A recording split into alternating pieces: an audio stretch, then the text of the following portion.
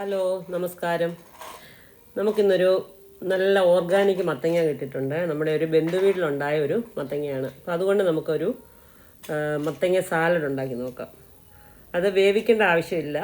അല്ലാതെ തന്നെ അതൊരു നന്നായിട്ട് കട്ട് ചെയ്ത് അതിൻ്റെ തൊലി, അതിൻ്റെ വിത്തൊക്കെ കളഞ്ഞ് അതിനുശേഷം ഒരു ഗ്രേറ്ററിൽ വെച്ച് നന്നായിട്ട് ഗ്രേറ്റ് ചെയ്യുക. അതിന് ശേഷം നമുക്ക് ആദ്യം അത് കഴുകണം കേട്ടോ. കഴുകേണ്ട കാര്യം പറയേണ്ട ആവശ്യമില്ലല്ലോ.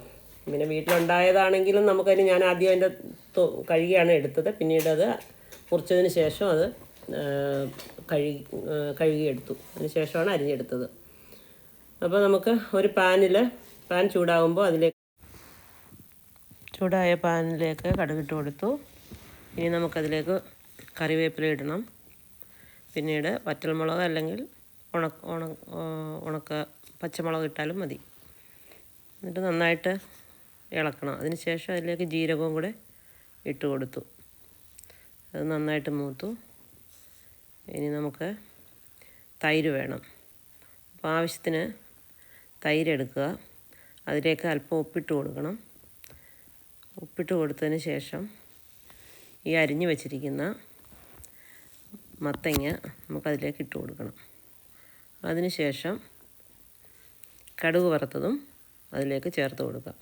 വളരെ ഈസിയും ടേസ്റ്റിയുമായിട്ടുള്ള ഒരു സാലഡാണ് നമ്മൾ ഉണ്ടാക്കിയിരിക്കുന്നത്. അപ്പോൾ ഇതെല്ലാവരും ഉണ്ടാക്കി നോക്കണം. എല്ലാവർക്കും ഇഷ്ടപ്പെടുമെന്ന് വിചാരിക്കുന്നു.